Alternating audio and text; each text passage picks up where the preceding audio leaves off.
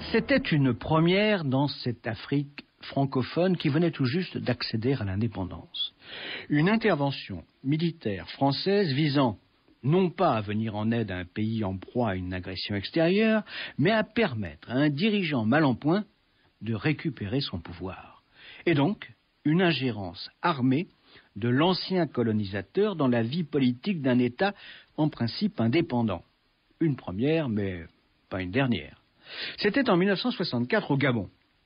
Le président Mba, renversé par un putsch militaire, a donc récupéré le pouvoir grâce aux paras-français. Une manière pour le général de Gaulle et son fidèle Jacques Foccart, grand Manitou de la politique africaine de la France, de rassurer les autres dirigeants de notre précaré. Menacés d'être déposés par leurs opposants, ils pourraient toujours compter sur la main armée de la France.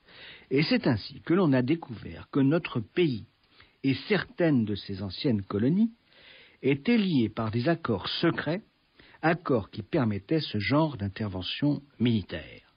Néocolonialisme ou défense de nos intérêts économiques et stratégiques menacés par des rivaux étrangers, ou bien les deux. Monsieur X revient sur cette curieuse mais exemplaire histoire au fort parfum Barbouzard. Je voudrais commencer par l'histoire d'une gaffe. 6 mois avant l'affaire gabonaise, le Congo voisin connaît des troubles. C'est le Congo Brazzaville, hein? Oui, enfin notre Congo, si j'ose dire. Notre Congo. Donc là-bas, depuis l'indépendance, le chef de l'État est l'abbé Fulbert Yulu, un prêtre excentrique qui n'hésite pas à arborer des soutanes roses, ou bleues d'ailleurs, confectionnées par de grands couturiers et qui, par ailleurs, aime beaucoup la fréquentation des jeunes et jolies femmes. Ah, ouais. Le 15 août 1963, la rue congolaise, lasse de ce président d'opérette, le renverse. À Brazzaville, notre ambassadeur avertit aussitôt Paris. Que faire? Justement, que pouvait-on faire? La France disposait là-bas d'une petite garnison et de quelques chars. Prévenu, le général de Gaulle, qui se trouve alors en vacances à Colombey, essaie d'abord de charger Foccart de régler cette délicate question. Celui-ci est parti pêcher en mer. Il est injoignable. Le président français se retourne alors vers l'ambassadeur. Le diplomate, manifestement inquiet, lui affirme que si la troupe française intervient pour mater l'insurrection, il y aura des milliers de morts. Des milliers. En conclusion? L'abbé Fulbert Yulu est abandonné à son triste sort et les insurgés congolais triomphent. Et vous savez sans doute que quelques mois plus tard, le SDEC montra une véritable opération de commando pour libérer l'abbé et l'exfiltrer. En tout cas, le général est furieux. D'autant que, manifestement, l'ambassadeur a exagéré le risque d'une intervention armée. Et bien que le locataire de l'Élysée n'ait guère eu de sympathie pour Fulbert Yulu, il considère que dans cette affaire, la France a été humiliée. Parce que l'abbé était notre homme au Congo, c'est ça? En effet, oui. Et de Gaulle, après avoir enguirlandé Foccart, est bien décidé à ne pas laisser se renouveler une telle mésaventure. Alors, le Gabon, maintenant. Là-bas, c'est Léon Mba qui est au pouvoir. Un ami de la France. Ah oui, un fidèle même. Songez que Mba n'a accepté l'indépendance de son pays qu'avec regret. Pourquoi? Il aurait préféré que le Gabon devienne un département français. Et quand on lui a fait comprendre que cette solution était impensable, il a voulu adopter pour son pays le drapeau tricolore. Un drapeau qui ne se serait différencié d'une autre que par l'apposition d'un dessin représentant l'arbre national, l'Okoumé. Sur notre drapeau, non? Oui, mais là encore, Foccart lui a déclaré que c'était impossible. Et Mba s'est incliné? Il a piqué une grosse colère, mais il a fini par accepter. Forcément, Foccart, pourtant plus jeune que lui, était devenu une sorte de parrain pour ce dirigeant gabonais. Un parrain et un ami. Sa vie durant, Foccart n'a cessé d'entretenir des relations très amicales et même affectueuses avec ses dirigeants africains qui le recevaient régulièrement chez lui, dans sa maison de Luzarches. Alors, avant de poursuivre, un mot peut-être sur ce Léon Mba. Il était né au début du XXe siècle au sein d'une importante ethnie du pays, les Fang. Il a d'abord fait ses études chez les bons pères de la mission catholique, puis son brevet élémentaire en poche. Il est devenu successivement employé de magasin, commis des douanes et exploitant forestier, tout en militant dans les mouvements progressistes de l'époque. C'est ainsi qu'il est nommé chef de canton. Là se situe un curieux épisode. Mba est arrêté. À cause de ses activités politiques? Pas du tout. Selon certains, le jeune homme aurait commis un détournement d'argent, mais selon d'autres, ce serait beaucoup plus mystérieux. C'est-à-dire? Léon Mba pratiquait un culte traditionnel, le Bwiti. Le bouitisme, c'est d'abord une croyance, mais aussi une puissante secte africaine. Et c'est d'ailleurs en s'appuyant sur le bouti et ses sorciers que Mba concevra en partie son ascension politique. Quoi qu'il en soit, le jeune homme aurait été arrêté parce qu'il aurait commis un crime rituel. Mais il n'y a rien de sûr, là. Alors je poursuis. Condamné à 3 ans de prison et 10 ans d'interdiction de séjour, Mba est transféré dans ce qu'on appelle l'Ubangi-Chari. Oui, c'est la République centrafricaine d'aujourd'hui. Hein. C'est ça. Ouais. Et après une remise de peine, il revient chez lui au Gabon, tout juste après la fin de la Seconde Guerre mondiale. Et ses amis lui font un triomphe. Ah ouais. Et c'est à partir de ce moment que Mba commence sérieusement à penser à son avenir politique. Et il fonde un parti, le BDG, Bloc démocratique du Gabon. Un mouvement interafricain qui adhère aussitôt au Rassemblement démocratique du futur président ivoirien, Houphouët-Boigny. Un parti qui est alors franchement de gauche. Hein. Oui, et qui flirte même avec le communisme. Seulement, Mba se découvre un sérieux rival. Qui Jean-Hilaire Obam, originaire lui aussi de l'ethnie Fang. C'est un personnage charismatique qui est élu dès 1946 député de l'Assemblée nationale française. Il a donc une longueur d'avance. Eh bien, en effet. Et sans entrer dans les détails, la vie politique gabonaise avant et tout de suite après l'indépendance va être rythmée par la rivalité entre ces deux hommes. Et c'est quand même Mba qui va triompher. Et qui deviendra donc le premier président de la République gabonaise. Et pour autant, Obama ne renonce pas et reste en embuscade. Alors, venons-en maintenant aux événements qui nous intéressent aujourd'hui. Un seul mot auparavant. Au fil des années, malgré le multipartisme, les tendances autocratiques de Mba n'ont fait que croître. Ainsi, le président n'hésite pas à se faire justice lui-même. Il frappe, par exemple, ceux qui lui manquent de respect. Et lui-même. Oui, il utilise ce que les colons appelaient la chicotte. Oui, je crois, un gros bâton dont il se servait pour châtier les indigènes. Et il arrive parfois à Mba, si un passant ne l'a pas salué lorsqu'il passe en voiture, de s'arrêter et de bastonner l'insolent. En d'autres occasions, il s'amuse à jeter d'autres impudents dans le coffre de son auto présidentiel et de circuler ainsi dans Libreville. Curieux amusement, hein. Oui, je suis d'accord, mais enfin, toutes ces marques de despotisme finissent par hériter les Gabonais. Mba, qui n'est pas un imbécile, finit par s'en rendre compte. Et pour reprendre les choses en main, il dissout l'Assemblée nationale en février 1964 et décide de provoquer rapidement de nouvelles élections avec une campagne électorale la plus courte possible. Oui, il veut accroître son pouvoir et surtout empêcher l'opposition de s'exprimer. C'est certain. Hein. En fait, Mba, gagné par la folie des grandeurs, veut régner en maître absolu sur son pays. Et en même temps, il procède à une sévère épuration dans l'administration. Mais dans l'ombre, un putsch se prépare. Alors, qui se trouve derrière ce complot-là? De jeunes officiers, dont certains, et c'est important pour la suite de cette histoire, ont été formés en France. Et dans la nuit du 17 au 18 février 1964, ces jeunes gens passent à l'action. Une action parfaitement non violente. Aucun coup de feu n'est tiré. Les rebelles s'emparent donc de quelques lieux stratégiques, dont la radio, bien sûr, et arrêtent Mba, qu'ils vont justement obliger à prononcer une allocution radiodiffusée où il reconnaît sa défaite. Et c'est toute l'armée qui bouge? Non, la majorité de cette jeune armée, qui ne compte que quelques centaines d'hommes, reste dans les casernes. Et ce n'est pas très étonnant, car elle est encadrée par des officiers français. Ouais, effectivement, ils sont surveillés. Et la population, alors? La rue reste calme. Et pour tout dire, on a l'impression que le putsch a réussi. C'en est fini, semble-t-il, du régime policier de Mba, comme disent les insurgés à la radio. En outre, ces officiers, lieutenants ou sous-lieutenants, sont à peu près certains que Paris demeurera passif. Oui, à cause du précédent du Congo. Oui, donc ils sont sereins. Toutefois, ils conseillent aux militaires français qui se trouvent sur place... Ces officiers-là qui encadrent la petite armée gabonaise, là. Oui, donc ils demandent à ces assistants techniques, comme on les appelle, de ne pas s'immiscer dans une affaire qui ne regarde que les Gabonais. La journée du 18 février est donc très calme. Un comité révolutionnaire est constitué et en fin d'après-midi, la radio annonce la formation d'un nouveau gouvernement placé sous l'autorité d'un civil, Jean-Hilaire Obam. Ah oui, le sempiternel rival de Mba. Tout à fait, oui. Et Mba, justement, alors, que devient-il? Il est prévu de le placer en résidence surveillée au fin fond du pays. Mais les routes étant très mauvaises, il est conduit à Lambaréné, pas très loin de Libreville, la capitale. En tout cas, ce calme est trompeur. Car à Paris, où l'on a très vite été alerté par l'ambassade, on a déjà décidé d'agir. Qui, le général de Gaulle? Et son principal conseiller, Jacques Foccart. le président français a décidé qu'il convenait de rétablir rapidement la légalité au Gabon. Ouais. Et donc d'intervenir militairement. Oui, quoi. oui, car nous avons passé des accords secrets avec le Gabon. Il convient donc de remplir nos engagements. Toutefois, il y a une grosse difficulté. Au terme de ces accords, c'est le chef de l'État gabonais qui doit demander l'aide française via notre ambassadeur. Or, le président est aux mains des rebelles. Il va donc falloir inventer au plus vite un subterfuge qui donnera une apparence de légalité à l'intervention des parrains français.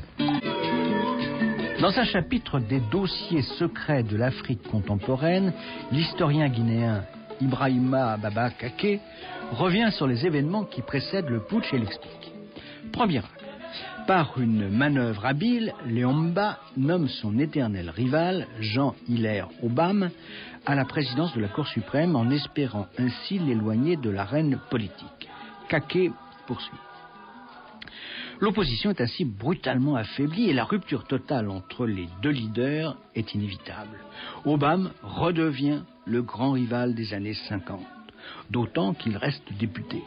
Mais le BDG, c'est-à-dire le parti du président, lors de son congrès d'août 1963, demande la démission d'Obama de l'Assemblée nationale en prétextant un cumul de fonctions.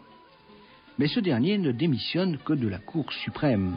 Léomba tient pourtant à faire perdre à son rival l'unique poste électif dont celui-ci dispose et ne renonce pas à parvenir à ses fins. C'est pourquoi il dissout la Chambre et convoque de nouvelles élections pour le dimanche 23 février 1964 afin de décapiter, avec toutes les apparences légales, l'opposition. Celle-ci, qui n'est évidemment pas dupe des intentions du chef de l'État, refuse de participer au scrutin qui ne saurait, estime-t-elle, être équitable. Dans les casernes, quelques jeunes officiers prêtent une attention soutenue aux événements qui se jouent sur la scène politique. La brutalité des politiciens ne leur enseigne guère à respecter une constitution dont personne ne semble se préoccuper. Les étudiants organisés dans l'Association générale des étudiants gabonais dénoncent de leur côté les brimades, notamment les amendes et les arrestations arbitraires dont sont victimes les opposants au régime Mba. Voilà le contexte politique dans lequel s'effectue le coup d'État du début 1964, destiné, évidemment, à prendre de court la manœuvre électorale de Léomba. Un coup réussi jusqu'à ce que les Français en décident autrement. Ces dossiers secrets ont été édités par Jeune Afrique Livre en 1989.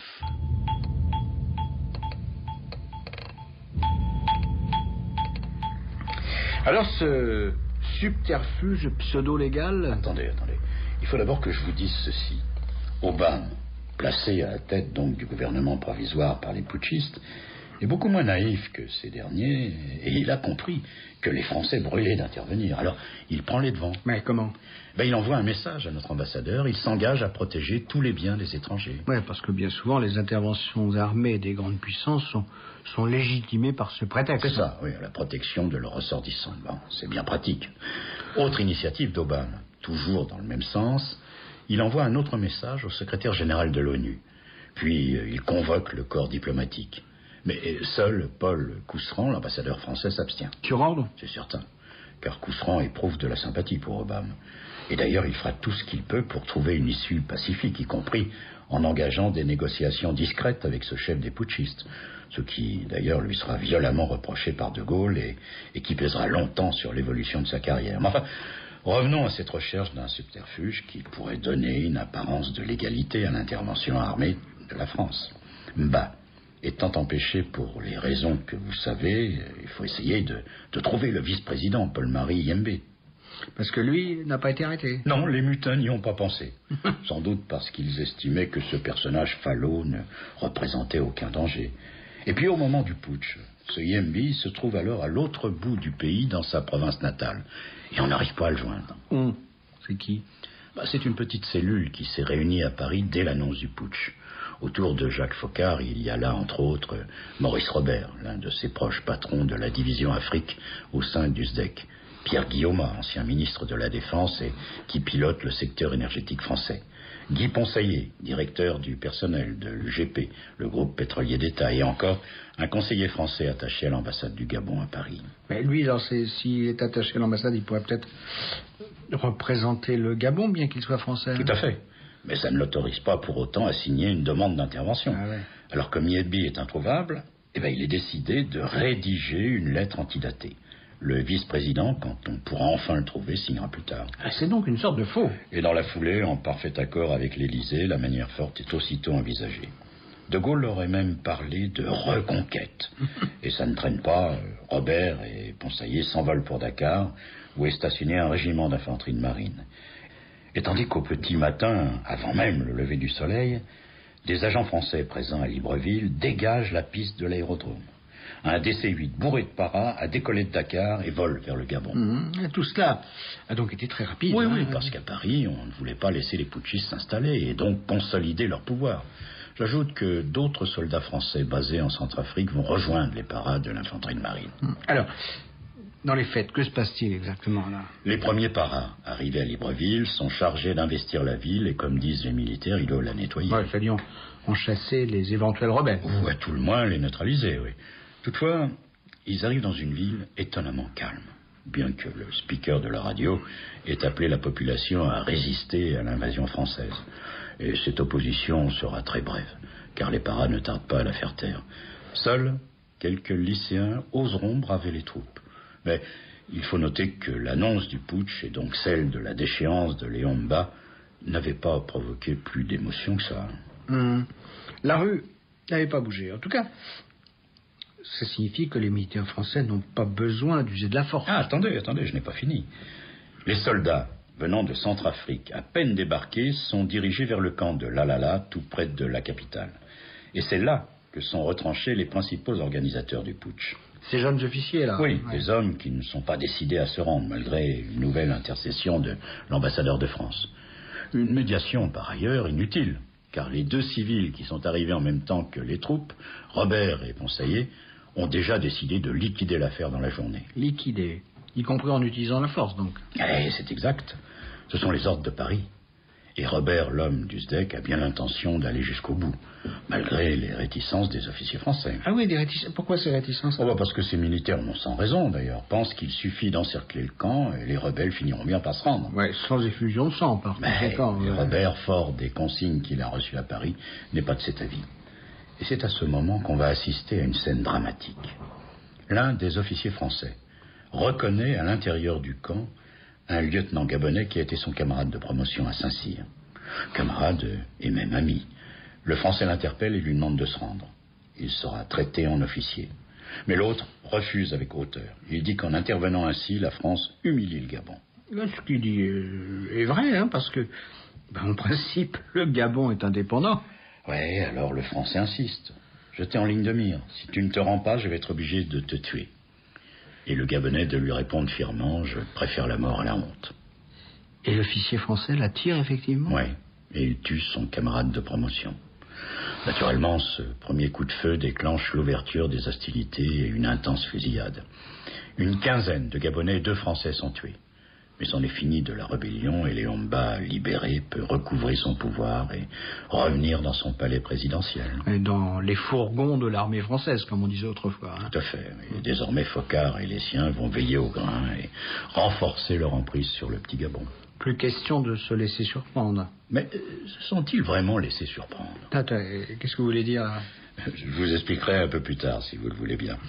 Alors, tandis que le pouvoir se prépare à juger les putschistes, on voit arriver de nombreux Français, des spécialistes. Par exemple, un ancien policier qui s'est distingué par son zèle sous l'occupation et qui, à la fin des années 50, s'est à nouveau fait remarquer lors de la répression des révoltes au Cameroun. Ah ouais, je vois, des spécialistes de la manière forte, donc. Exactement. Et en même temps, il est décidé de créer une garde présidentielle. Donc chargé de la protection du chef d'État. Oui, car le vieux, comme on appelle maintenant Léon Mba, affirme avoir eu très peur. Et la protection de ses fétiches ne lui suffit plus. C'est le clan des Gabonais, en liaison avec les réseaux Foccart, qui va s'occuper de cette affaire. Alors, le clan des Gabonais, là, qu'est-ce que c'est exactement? C'est l'élite des Français présents au Gabon, des gens qui dominent l'économie du pays. Au départ, ce sont essentiellement des forestiers qui font le commerce des bois exotiques. Toutefois, ceux-là vont bientôt être supplantés par les pétroliers. On en reparlera, si vous voulez bien. Et puis, sommeil à cet agglomérat des diplomates, des barbouzes, tous en étroite relation avec Foccart. Et c'est donc, alors, ce clan des Gabonais, pour reprendre votre expression, hein, qui est à l'origine de la création de la garde présidentielle. Et on fait appel à un personnage légendaire, Bob Maloubier, un baroudeur ancien des services secrets français pendant la Seconde Guerre mondiale.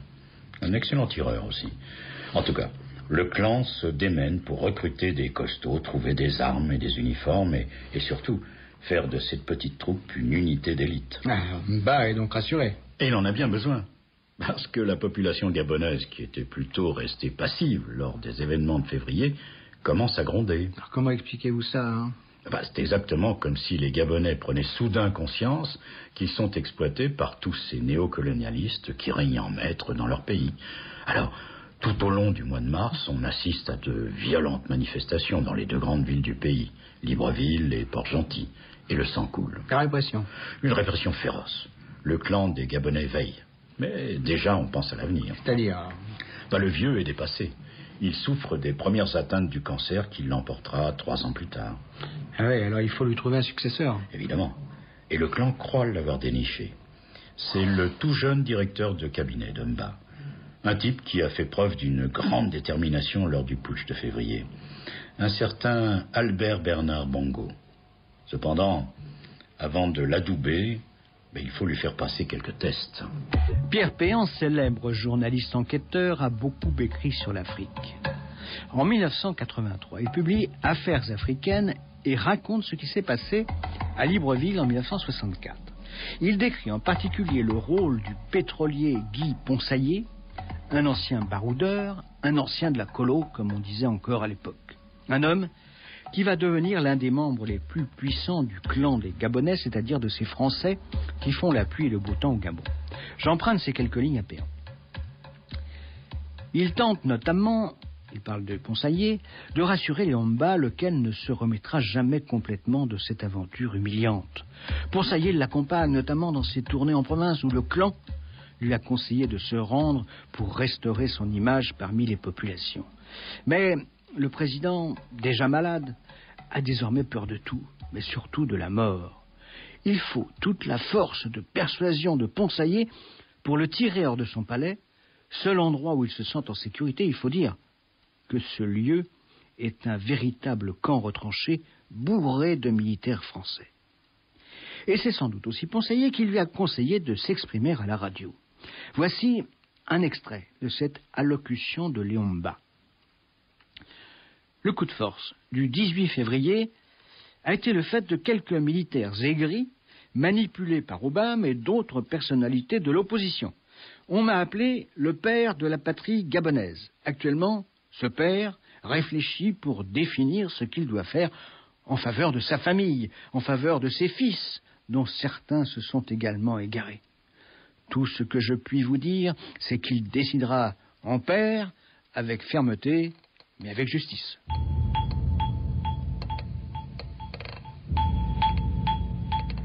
Avant d'en venir à la fulgurante ascension du jeune Bongo, un mot sur le procès des putschistes. Les principaux responsables militaires sont condamnés à de lourdes peines de travaux forcés. Quant à Obama, l'ennemi intime de Mba, il écope de 10 ans de prison et autant d'interdictions de séjour. Et pendant les premiers temps de sa détention, il sera battu presque quotidiennement par ses geôliers. Ouais, vengeance. Oui. Ouais. Alors, Bongo... Encore un mot avant, si vous voulez. Les Français, je vous l'ai dit, ont opéré une véritable reprise en main. D'abord, Paris a bien sûr rappelé l'ambassadeur. C'est Paul Cousseran, hein, et un nouveau diplomate est nommé. Mais cet ambassadeur, un homme de la vieille école, ne plaît pas à Mba. Mais pourquoi ? Il répugne à se mêler des affaires intérieures gabonaises. Mais ce qui est tout à fait à son honneur, non ? Certes, mais ce n'est pas ce que Mba attend d'un ambassadeur de France. Pour lui, ce représentant de l'ancien colonisateur doit être un conseiller, une sorte de parrain. Alors Mba s'agite, boude, vocifère, et il obtient de son ami Focard la nomination d'un nouvel ambassadeur, Maurice Delaunay. Et avec celui-là, on ne peut pas se tromper. Pourquoi ? C'est un véritable haut-commissaire qui s'installe à Libreville. Ça tombe très bien, parce que ce très bon connaisseur de l'Afrique, qui a déjà occupé plusieurs postes sur le continent, entretient déjà les meilleures relations du monde avec les membres du clan des Gabonais. Alors j'imagine qu'on n'a pas choisi, Focard, hein, pour ne parler de lui, qu'on n'a pas choisi cet homme au hasard. Bien entendu. Alors, Bongo. Je vous l'ai dit, ce jeune haut fonctionnaire a été remarqué à l'occasion du putsch. Son sang-froid, son sens de l'autorité ont frappé. Et déjà, l'homme du SDEC, Maurice Robert, et le clan des Gabonais pensent que cet homme qui n'a pas encore 30 ans pourrait bien succéder à un Léon Mba vieillissant et malade. Seulement, avant de favoriser son ascension politique, il faut s'assurer qu'il a bien les qualités qu'on lui suppose. Alors, d'où ce test qu'on va lui faire passer. Oui, et l'examinateur ne sera pas n'importe qui. C'est le général de Gaulle en personne qui va juger des aptitudes du jeune Bongo. C'est une plaisanterie, là. Pas du tout. Et ça montre qu'à l'Élysée, on accordait une grande importance au petit Gabon. Alors, oui, ça me fait rire, moi. Comment ça se passe? Eh bien, un beau jour de 1965, Mba lui dit qu'il doit aller voir le général. Lui, Bongo. Et aussitôt arrivé à Paris, le Gabonais se voit fixer un rendez-vous à l'Élysée. Et il rencontre le général. Le général qui, un peu bizarrement, lui pose de nombreuses questions. Enfin, par exemple, d'oublier sa géographie africaine, obligeant ainsi Bongo à suppléer sa mémoire soi-disant défaillante. Et alors, le jeune Bongo, là, se rend-il compte que de Gaulle teste ses connaissances? Non, et heureusement. Ce qui veut dire? Bongo est donc resté relativement décontracté. Je dis bien relativement, parce que pour ce jeune Africain, le moment était bien suffisamment impressionnant comme ça. Ouais, devant de Gaulle, ouais. Est-ce que Bongo a passé le test avec succès? Il faut le croire, puisqu'à partir de ce moment, il est réellement devenu le successeur désigné du président Mba. Désigné par la France. C'est évident. Mais il pouvait en être autrement. Tant le pouvoir gaulliste était décidé à continuer de surveiller de très près les affaires africaines. Il fallait quand même attendre la mort de Léon Mba pour que Bongo accède au pouvoir. Certes. Alors comme il fallait faire vite et que la santé vacillante de Mba lui imposait des séjours de plus en plus fréquents à Paris, là encore on a trouvé toute une série de subterfuges. Ouais, expliquez. Hein. Il faut au moins, en apparence, faire les choses légalement. Alors, dans un premier temps, Bongo est nommé ministre délégué à la présidence de la République. Dans les faits, il occupe le poste et les fonctions d'un Premier ministre. Un peu plus tard, en 1966, Bongo ajoute à ses nouvelles prérogatives le portefeuille de l'information. Un secteur clé. Mais le plus difficile reste à faire. C'est-à-dire Mba, hospitalisé à Paris et qui ne retournera plus au Gabon, s'accroche à la vie. À la vie et au pouvoir. Alors, les gens de Foccart et Foccart lui-même ne cessent d'aller lui rendre visite dans sa chambre d'hôpital. Ils veulent absolument obtenir que le vieux reconnaisse Bongo comme étant son successeur. Ah oui, mais Mba résiste. Car sans doute a-t-il l'impression que renoncer au pouvoir précipiterait la fin de sa vie. Toutefois, Foccart, fortement suppléé par le clan des Gabonais, s'acharne. Et finalement, on obtient une déclaration enregistrée de Mba. Recueilli sur son lit d'hôpital, donc. Le vieux annonce son intention de réformer la Constitution et de créer un poste de vice-président de la République. Ah oui, je vois, une fonction conçue tout exprès pour Bongo. Bien sûr. Alors, en toute hâte, l'Assemblée nationale gabonaise se réunit et vote cette réforme. Il est prévu que si le président venait à disparaître, son vice-président lui succéderait automatiquement. Bongo est donc sur les rails, là, sérieusement. Mais ce n'est pas encore suffisant. Foccart a imaginé une autre comédie. Une élection présidentielle anticipée. Et encore une fois, Mba cède. Flanqué de son vice-président, le vieux se présente. Les deux hommes sont élus avec une majorité écrasante. Désormais, Mba peut mourir. Il reste cependant une dernière formalité à accomplir, la prestation de serment. Pour cette cérémonie, on extrait Mba de l'hôpital et on le conduit à l'ambassade du Gabon. Et c'est un moribond qui jure de respecter la Constitution. Pas très joli, hein, cette danse constitutionnelle autour d'un mourant. Je suis d'accord avec vous, mais c'était le prix à payer pour installer durablement Bongo au pouvoir. Et notez-le bien, il y est toujours. Oui.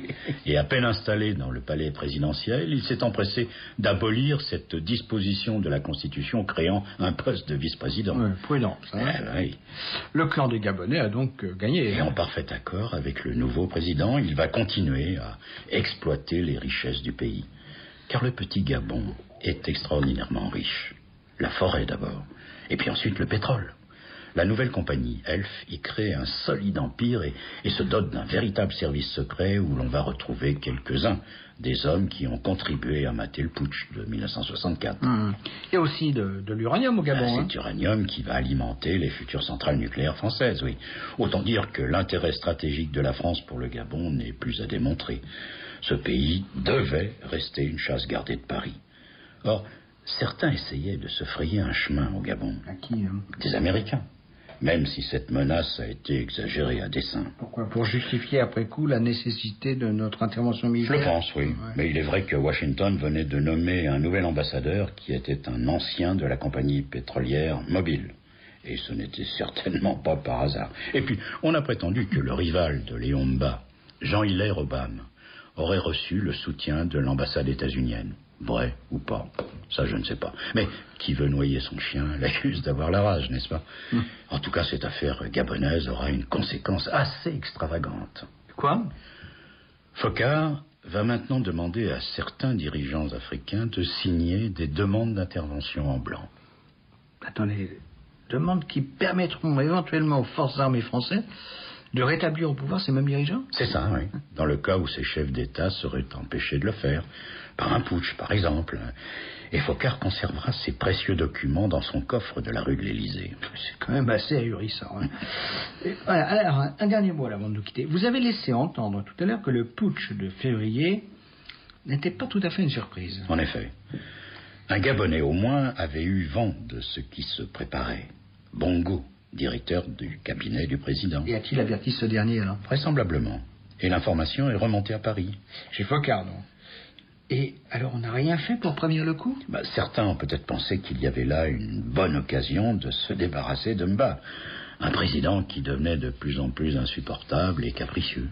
Et surtout, un dirigeant qui n'opposait pas une résistance suffisante face aux convoitises états-uniennes. Un dernier mot sur la curieuse personnalité de Léon Mba, premier président du Gabon. Je l'ai trouvé dans le livre de son successeur et fils spirituel, Omar Bongo. Omar parce qu'il s'est converti à l'islam. Le président gabonais raconte: un jour, je viens au palais.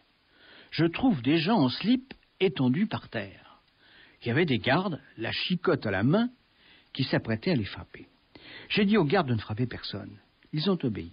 Le président s'est fâché. Nous avons eu une explication. Je lui ai dit que ça ne servait à rien. Vous avez beau les frapper, vous ne changerez pas les gens. Il s'est raisonné, finalement, les gens n'ont pas été frappés. Quant aux gardes, ils ont compris et ils ont répété ce qu'ils avaient vu. En réalité, c'était la façon un peu particulière qu'avait Léon Mba de nous apprendre le civisme. L'ouvrage de Bongo, Blanc comme nègre, un entretien avec Héry Routier, a été publié par Grasset. Puis je voudrais aussi vous parler d'un autre livre, Les 100 clés de l'Afrique, de Philippe Lémarie et Thierry Perret, chez Hachette Pluriel, qui vient tout juste de sortir.